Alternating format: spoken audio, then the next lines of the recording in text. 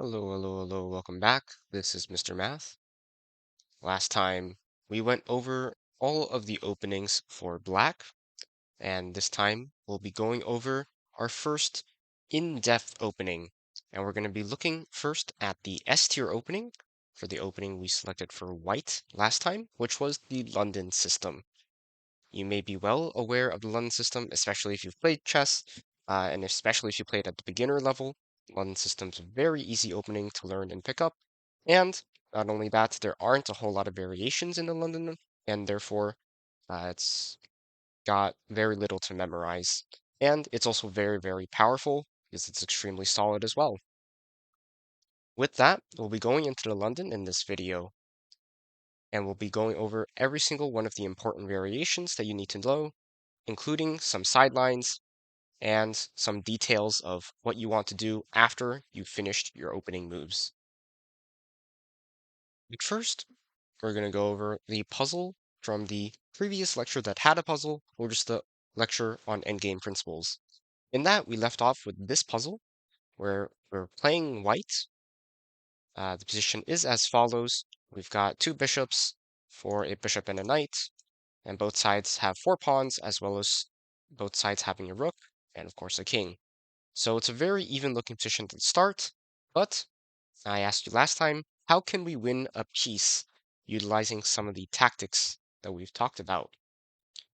So if you haven't already from last video, go to Endgame, which is Chess 131. Go to Introduction to Endgames and take a look at this puzzle, or you can do it right here and take your time if necessary, figure out what White's move is.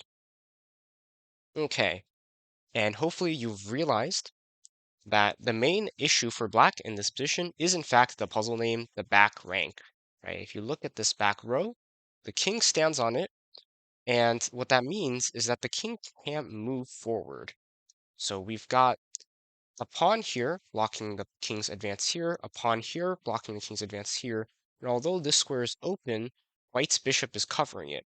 So black can't advance their king, and this is a common thing that happens after castling.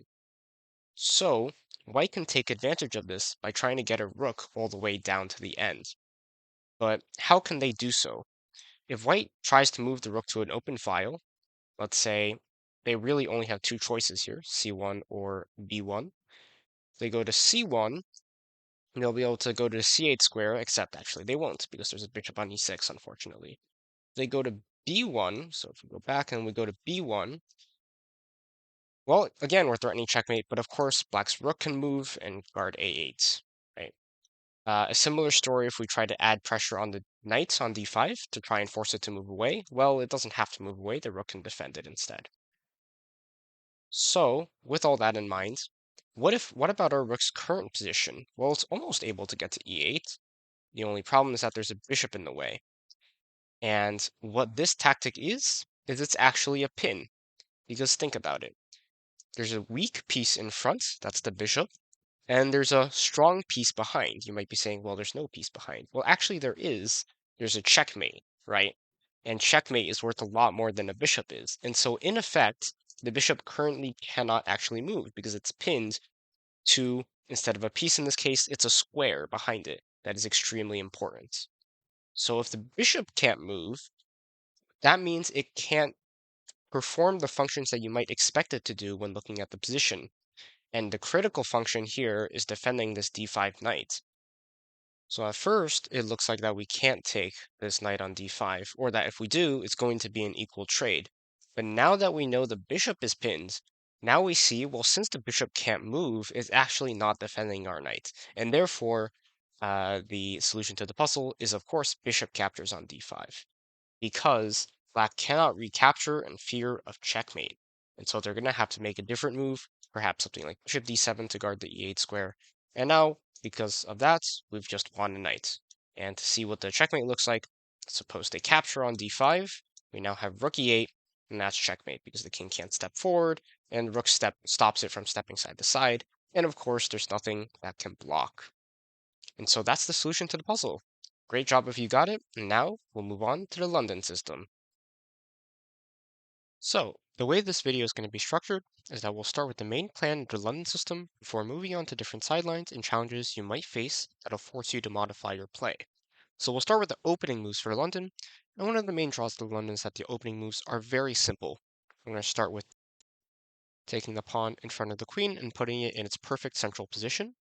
Here we won't be paying too much attention to what black plays, we'll just assume they make moves that generally make sense with perfect position principles. So let's say d5, putting their pawn in the center as well, stopping us from playing e4. And now comes the signature move of the London, and this is the real signal that we're going to play the London. That's bishop to f4. We're going to develop this bishop out early.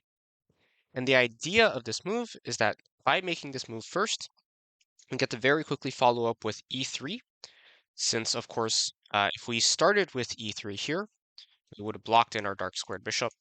So we're going to move that bishop out first, and then we're going to play e3 on the next turn. So let's say Matt plays move, and we'll play e3 here. And afterwards, we're going to look to form a pyramid shape with our pawns here. So the pawn that's missing here is the c pawn. We're going to move our c pawn to c3.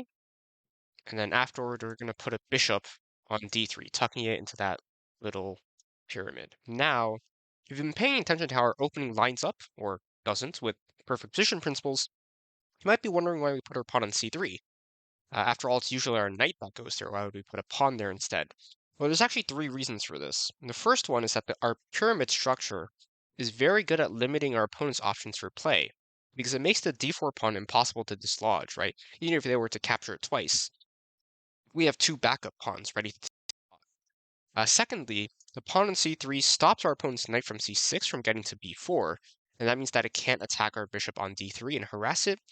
And finally, it also frees up the c2 square, so our opponent's other option of harassing the bishop would be to play pawn c4 in this. However, of course, we can actually slide our bishop back to c2, which is also a safe spot. And that's important. We don't want to slide it back to e2 because, for reasons that we'll discuss later, it's extremely important that we keep our bishop on this b1 h7 diagonal. And a quick overview of the reason now is that A, it helps control the central e4 square, and also B, of course, it needs to attack h7, which we will talk about later. Okay, now that we've got the setup, we need to complete our development. If you'll recall from previous lectures, each of our pieces have optimal squares to be on with regards to our three principal goals in the opening. My question to you is, with regards to two knights and the king, where do you think we should put those pieces? Where do you think they should go throughout the rest of this opening? Pause the video if you need to. Take your time thinking about what the correct spots for these three pieces are based on opening principles and based on the perfect position, and unpause when you're ready. When thinking about this problem, it's important to recall the three goals of the opening. A, control the center. B, develop our pieces. And C, get our king to safety. We'll start with the knight on g1. The knight's regular perfect position is f3, and that's in fact where we want to place it here. Let's compare it to the alternatives. The knight on f3 will be able to control two center squares, that being e5 and d4. A knight on h3 wouldn't be able to control any center squares at all, and a knight on e2 would only control d4. Therefore, the knight should go to f3. So let's make our knight on b1 can't go to its normal perfect position square. That would normally be c3, since our pawn is there to help protect the bishop as discussed earlier. Therefore, its best spot is d2 instead, which at least controls e4 and backs up our knight on f3, even if it doesn't do as much as a knight on c3 would have. And finally, our king needs to decide whether it'll go on the queen side, go to the king side, or stay in the center. The center isn't going to be safe. We already see that everyone is moving their pieces towards the center. So eventually pawns may be exchanged there and open lines, which could be dangerous for our king. Our queen side is also not safe. Although we have some pawns here, the wall is a little bit crooked, and more importantly, our opponent's pawns are in a good position on that side of the board, since our opponent has more space. Therefore, the right place to put our king is in fact on the king side. Alright, at this point we can consider ourselves done with the opening. All of our minor pieces, which are bishops and knights, are developed, and our king is castled. Now, we're well prepared to begin operations on the king side. Our primary target is going to be the pawn on h7. Why? Well, our light squared bishop is already looking at it, as mentioned earlier. Again, note that because of our setup, our bishop cannot be kicked off this diagonal. It can safely retreat to c2 if the pawn moves, and the pawn on c3 stops the knight from harassing it. However, black also has a piece currently defending h7, and that's their knight on f6. So, all our moves are going to be made with the intention of either adding an attacker to h7 or removing a defender from h7. With that in mind, our most powerful attacker is our queen, and we'd like it to get to h5 eventually to add an additional deadly attacker to h7, but our knight on f3 is in the way. So our first move is going to be to centralize and advance our knight by moving it, let's say after moves, we're going to move it to e5. Nice strong center square, and it opens up our queen to go to h5 later. Now, we're hoping that our opponent takes our knight. Here's why. If they do, we're going to capture back not with the bishop, but with the pawn. The idea is that this will force our opponent's knight to retreat. And remember, their knight is the piece defending h7. So once it does retreat, our queen can now safely go to h5, threatening the h7 pawn. If black doesn't react defensively here and plays instead something like c4, advancing on the queen side, we can just straight up win with queen takes h7 checkmate. And more importantly, black also has no way of defending the pawn. Notice their pieces are very cramped here. None of them can reach this pawn. If the knight hops back, of course we just capture it.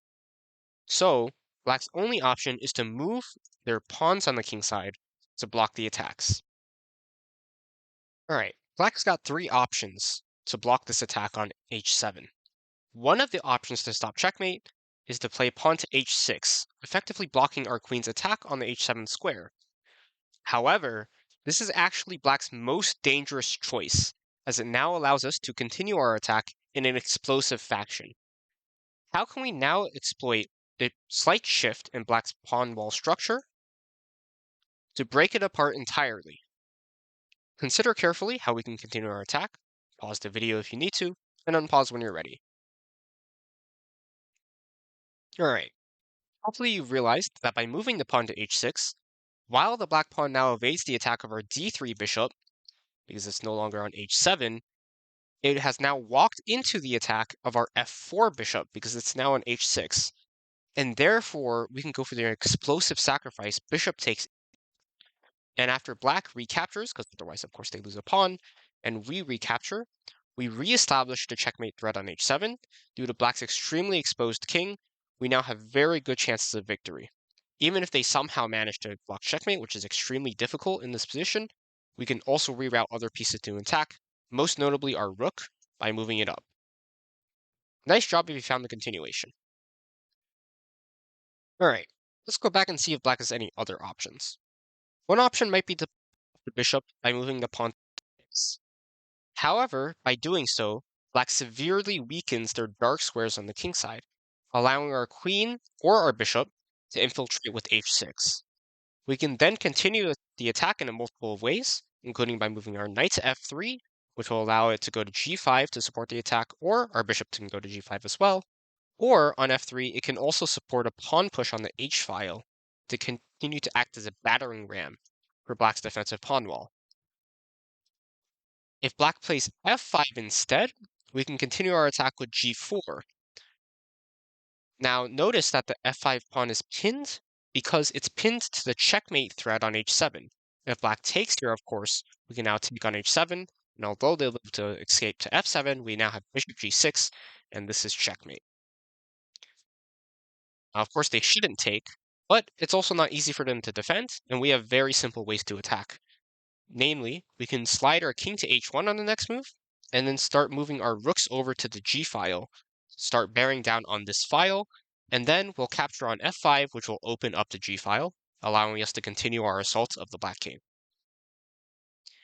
Now, all of that was for if black captured on e5, and as we can see, we get a very powerful attack, no matter what happens after that. So, black might opt not to capture on e5. If they don't, we still have the job of removing the f6 knight. And this time, since we can't do it with the pawn, we'll do it by moving our bishop to g5. So let's say black makes a move on the queen side or develops a piece, let's say rook c8. We'll now go bishop g5 attacking the knight. Now on the next turn, again, let's assume black makes a reasonable move like queen c7, we'll capture the knight on f6. Obviously, our opponent shouldn't capture with the g-pawn. That'll break their own wall, and we can immediately follow up with an attack, either on the h7 pawn or on g4 to check the king. So black should capture it with the bishop instead. Now, we need to take a turn to cement our knight in the center, because it's attacked 3 times, and it's only defended once. So we're going to play pawn to f4, cementing it with another pawn. And if our opponent ever captures the knight, we'll capture with our f-pawn, and our rook will get to join the attack as well. Again, even if they don't capture, or if they capture, it doesn't matter too much either way. Let's say they continue developing. Let's say this, and starting to push on the queen side. We'll be continuing our attack with h5. Same idea as before, we're attacking h7. Again, black doesn't have a way to defend the pawn. Their only options are going to be the block. And also, again, the worst of black's options is going to be h6. Again, we're going to go for a piece sacrifice, and this time we're going to use the knight. We're going to reroute it to g4. And what this does is it forks the bishop. More importantly, though, it forks the pawn on h6. And again, after they presumably move the bishop, of course, if they don't move the bishop, we'll just take it and then take on h6. So once they move the bishop, sacrifice on h6, takes, and queen takes h6. And again, we're threatening checkmate. We're also burying our rook up to finish the job as well. Now, if they play g6 instead of going to h6, which will be met by bishop g7, we'll drop the queen back to h3.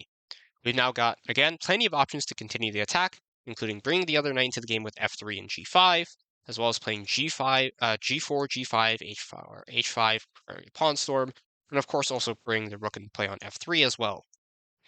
So that's everything for the default London middle game. As you can see, no matter what your opponent does here, we'll be able to get a strong attack going on the king side. Now we've gone over all the main ideas of London, so you could stop here, and a lot of other YouTubers do, but I don't do that, and you shouldn't click off either, and here's why. The London is a very, very powerful and very, very popular opening, and so many players, even at the beginner level, will prepare for the London, and therefore play differently than the main line that we've gone over so far, and teaching you unprepared. Thankfully, we'll be going over those now, starting with small sidelines first, and then we'll go over larger, what I'm going to call anti-London openings later. First, in the opening, black might try to trade off this f4 bishop by playing either knight h5, so let's say knight h5, or bishop d6. Either way, I suggest backing up to g3. What this allows is that now if they take the bishop, you can play h takes g3, and now your rook is ready to join in the attack on the king side, in addition to your queen later on by standing on the h file. Of course, if this happens, we'll want to castle queen side instead of king side. If they don't take, and they play something else like castling here, we can slam our knight into e5, and then continue by, let's say if they attack the knight, we can continue by playing f4, and really solidify that knight again, in the same idea. This time, of course, since the h-file isn't open, we'll be castling kingside, and we'll be doing our regular plans to continue our attack, such as using our bishop to trade away the knight on f6 by going to h4, right? We can move our d2, our knight to d2, f3, and g5, same as before, and moving our pawns up the side of the board, and infiltrating with our queen as well.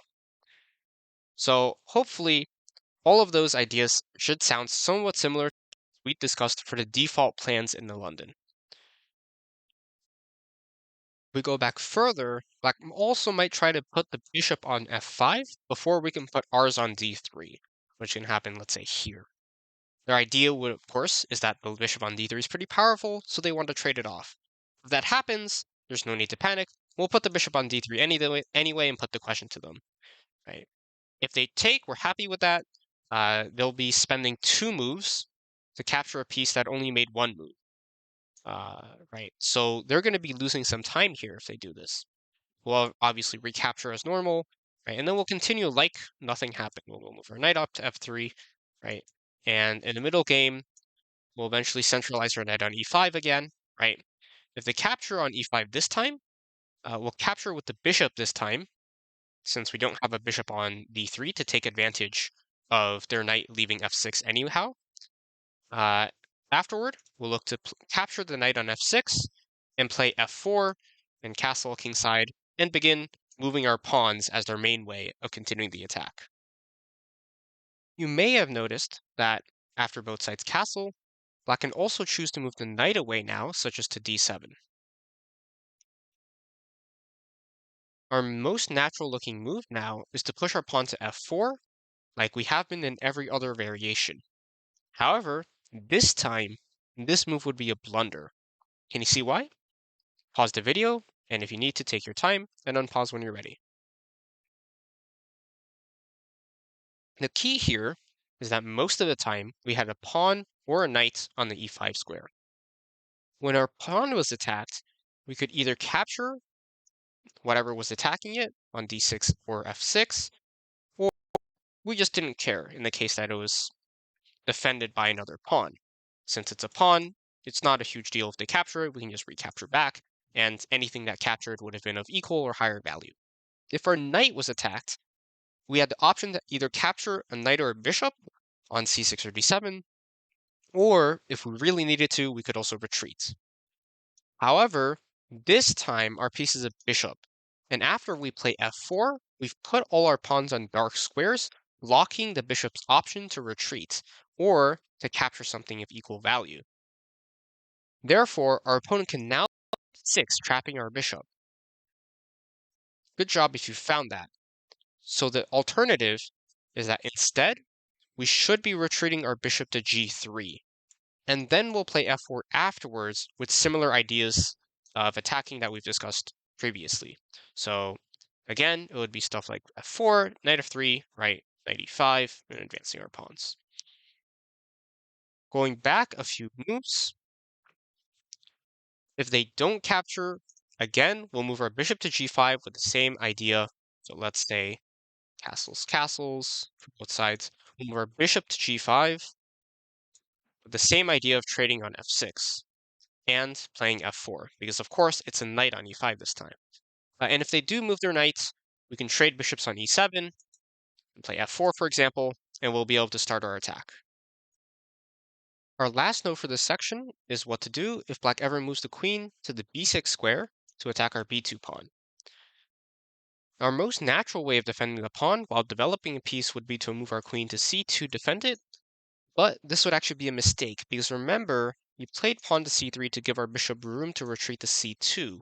So after queen c2, our opponent can now play c4, kick our bishop off its critical diagonal, and a lot of our attacking weight is going to be gone.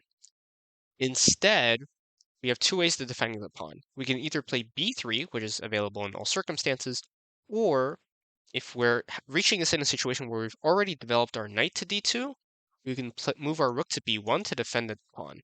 And now this does leave it from the defense of the a pawn, but if our opponent uses another turn to play queen a5, we can happily play a3, and now we'll really lock down everything on the queen side. Now, finally, we've gone over everything you need to know about the London at a beginner level. However, as mentioned previously, there are some openings your opponents will play that are designed to force you away from the London, which I've called anti-London lines, and we'll be going over the three most important ones here. They'll all show up in the first or second moves of the game, so you know what to do and can react accordingly. The first line we'll go over is the trap opening Black can play called the England Gambit.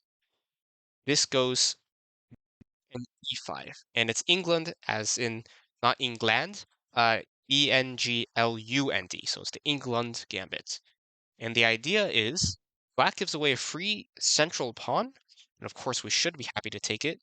We're now going to play knight c6 attacking our pawn. We should defend while developing. Our most natural way to do so is knight f3, defending here. And they're going to follow up with queen e7 to attack the pawn a second time.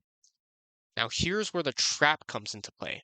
Our most natural move here is now bishop f4, again developing a piece and protecting the pawn. Not only that, it also puts our bishop on the perfect position square. So what could be wrong with this? Well, unfortunately, if we do this, our opponent will plan to play queen b4 check, creating a triple fork on our bishop, the king, and the pawn on b2. And if you've watched my tactics video, you know where this is going. We've got a couple blunders we can make, one of which involves losing our queen in 2 moves, and another of which involves you getting checkmated in 4 moves. Now, I'll draw the arrows on screen if you'd like to look at that yourself, or I do believe I go over this in the tactics section if you want to look at that couple videos ago. However, I won't be going over that here in the opening video because you don't honestly need to know all that. It's far easier, in my opinion, to just avoid it all entirely. So instead of playing bishop f4, we should develop the other piece we can develop using knight c3. And this gives back the e5 pawn. After black recaptures with the knight, we now have set up a powerful fork by playing knight c3 with knight d5, forking the queen and the pawn. Now, if the queen moves to defend the pawn normally with queen d8, notice that it also leaves the defense of the e5 knight, and we can play knight takes e5 and win a knight for free. If they go try and defend the knight with queen e6, we can now play knight takes d7. We'll win a queen here. This is a royal fork of the king, queen, and the rook. So black only has 2 reasonable options here, and neither of them are actually good for black. The first option is the most obvious one of trying to hold on to everything with queen d6, defending both the c7 pawn and the e5 knights. However, you may notice that all of these pieces are now on the same diagonal. That means we can play the devastating bishop f4, which is safe this time because the knight on d5 is covering b4, so there's no more fork for them. This, on the other hand, is both a pin and a skewer. Now that the knight is pinned and attacked twice, its only way of moving without losing the queen is to make a move with check, and so that's knight takes f3 check. Now we should capture with g takes f3 to not give our opponent any way to attack our king, because now we get to utilize our skewer of the pawn on c7 after our opponent moves the queen out of danger, which they must, noting that, by the way, the bishop is protected by the knight on d5. Now we can capture on c7, knight takes c7, this time we fork the king and the rook, and we're going to win the game quite easily from here. So going back, black needed to play knight takes f3 earlier, so they're going to do that now with knight takes f3. We're going to recapture this time with g takes f3 for no other reason than that the pawn this time is pinned, because the black queen is pinning our pawn. However, they still need to defend both the queen and the pawn. They might play queen d8 defending it, and from here we can follow up with bishop f4, attacking the pawn a second time, and then e4, grabbing control in the center and developing as normal. Of course, since the g file is open, we should opt to castle queenside instead of kingside, and we'll put our h rook on g1, where it'll look down the open file and prevent our opponent from moving their bishop freely. And so when all the dust settles, we'll either have an extra piece in the case that our opponent blunders, or in the case that our opponent plays this line, we'll have a huge developmental advantage. The second line we're going to go over is a much shorter one, and that's if our opponent plays an early c5 on the first or second turn of the game. Now, if they play it on the third turn or later, that would be something like this. We say bishop f4, d5, c5, right? And we saw this with the main line of London, and you might remember that we answered this attack on d4 by solidifying with c3. However, if they play it earlier, let's say as early as the first turn of the game with pawn to c5, we won't have sufficient defenses in the center to fortify our d-pawn if we play the regular London setup. We'll still need to play bishop f4 before we play e3, so our bishop doesn't get trapped behind the pawn. But now our opponent can take on d4, and after queen takes d4, they'll play knight c6 attacking our queen, and when our queen retreats, they can gain even more time playing e5 attacking our bishop. And if our bishop retreats, they can take full control of the center. So obviously this is not what we really want at the opening. Black gets full control of the center here. So instead of going for our normal plans, the easiest way of handling c5 on the first or second turn is just to take the pawn. Of course, black will try to regain the captured pawn, which they can do through a variety of ways. There's knight a6, there's e6, opening the bishop up to capture on c5. Sorry, I can't draw arrows. And there's the most direct way is queen a5 check, forking our king and the pawn, and immediately getting it back. We'll use this as an example. Here we can block with knight c3. After queen takes c5, we can grab control of the center and continue development really as usual. We'll adhere to our perfect traditional principles. We'll play e3, we'll play knight f3, we'll play bishops e3, right? Just developing normally. And from here, we can play based on the opening principles, and we'll be just fine. And finally, the last line that we're going to go over is the King's Indian defense. For the King's Indian defense, what you're going to want to look out for is either d6 or g6 on one of the first two moves of the game. So for example, we have d4, knight f6, bishop f4, and now let's say g6. Black's plan here will be to play d6, bishop g7, castle, and develop the b8 knight. There are two reasons why this is bad for our default London setup. Firstly, let's play it out. So firstly, you'll notice that with this setup, because the pawn is on d6 uh, instead of d5, and because they developed the bishop to g7, they're going to have stronger control than usual of the e5 square. This will prevent our knight from hopping into that square, and it'll give them central control. They eventually can even push by going rook e8 and e5. So they're going to be the ones gaining control of e5 here, unlike the normal London setups. Secondly, our strong d3 bishop is actually not so strong here because it's going to be blocked off from attacking that h7 pawn due to the pawn on g6, which also prevents our queen from going to h5. So if we see d6 or g6 in the opening, we're going to have to modify our plans into a different opening called the 150 attack. Remember that in chess, every time something is gained, something else is lost. In this case, while black gains control of the e5 and the h5 squares, because their pawns aren't on d5 and g7 respectively, they lose control of the e4 and the h6 squares. So we're going to modify our opening plans to utilize these squares instead. So let's go back. This time, after we see g6, we're going to start modifying our plans around these two squares. First is e4. We're going to, instead of playing our pawn to c3, we're going to move our knight to c3 like normal this time. And we're intending to push e4 on the next turn. We'll then play queen d2, eyeing the h6 square. We'll play f3 to support our pawns in the center, and we'll castle queenside. From here on, we have a race of attacks. Black must now attack on the queen side, using their pawns on the queen side and this long diagonal bishop. We, however, will attack on the king side, taking advantage of the weaknesses on e4 and h6 that our opponent now has in this setup. Our biggest advantage here as white is that we've wasted absolutely no time moving our king side or any more pawns than we need to, so that we can strike as quickly as possible.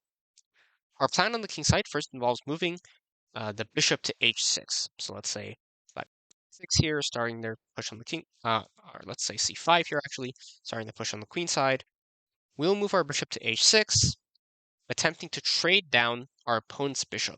It's important that we do this before we start pushing our pawns, because if we start pushing our pawns first, our opponent has a very important defensive resource, h7 to h5.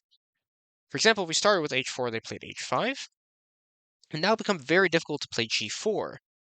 And even if we did manage to play it safely, so let's say by moving the bishop here, it would be very hard to make progress from here. Because if we play, let's say g5 to kick away the knight, well, they just move it back, and now the king side is locked, right? We can't really make any progress here because none of the pawns can hit each other. And if we take on h5, they'll just take with the knight, and again, we have a problem. Everything is locked, right? We have no more second pawn to kick this knight again.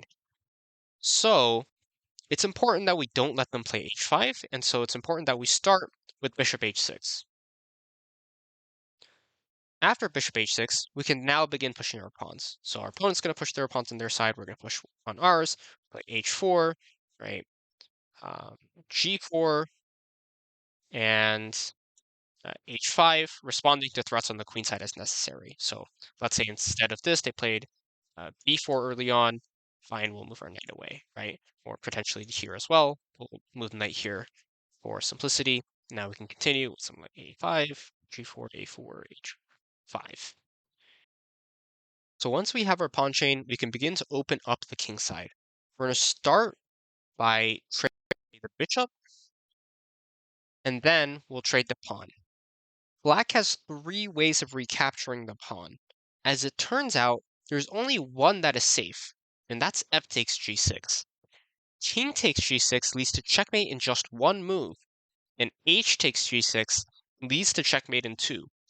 Can you figure out how we can take advantage of the newly opened lines on the board to deliver these mates? Pause the video if you need to, take your time, and unpause when you're ready. Remember that it's king takes g6, mate in 1, and h takes g6 is checkmate in 2. Alright, with our last two captures, we opened two very important lines. When we traded bishops, we opened the c1 h6 diagonal by enabling our queen to go to h6. By trading pawns, we now also open the h-file, enabling our rook to defend the h6 square. Therefore, after king g6, we have queen h6 checkmate, and after h takes g6, we have a similar idea, queen h6 check, the king runs to g8, and now we have queen h8 checkmate. So, good job if you found that. So, black's only capture is f takes. We'll still invade anyway with queen h6 check, and now king g8. Now we want to harass black's sole defender of the h7 pawn, which is the knight on f6, and we'll do so with g5. If the knight moves backwards, of course we win the game. So it must move forwards and block our attack. From here on, we've got three options to dislodge it and continue our attack. First, and the most direct, is rook takes h5, sacrificing our rook for the pawn, which we can then follow up with g6 to completely decimate black's kingside defenses. Our second option is knight to e2, followed by knight g3, where the knight is immune from being captured, because obviously if they take, we have checkmate. And finally, we have bishop e2, after which we'll follow up with f4, allowing our bishop to capture the knight. No matter what option we choose, the game is sure to result in some very exciting attacking chess from both sides. And with that, you're now fully equipped with everything you need to play the London opening. To recap, we went over White's general plan in London, some minor variations on the plan, how to handle early anti-London lines, and middle game plans for all scenarios. I hope you enjoyed, and as always, if you have any questions, feel free to leave a comment, and I'll respond as soon as possible. If you've been around the channel a while, you may have noticed that I haven't done an end of video puzzle. That's because I'm planning to discontinue them, because I've been hopping around video numbers recently, and I'm realizing it may be hard to figure out which videos have the solutions to certain puzzles. For example, this one had the solution to the puzzle from the endgame video. However, I'll still be doing puzzles mid-video like I did in this one. And with that, good luck with the London, and I'll see you all next video.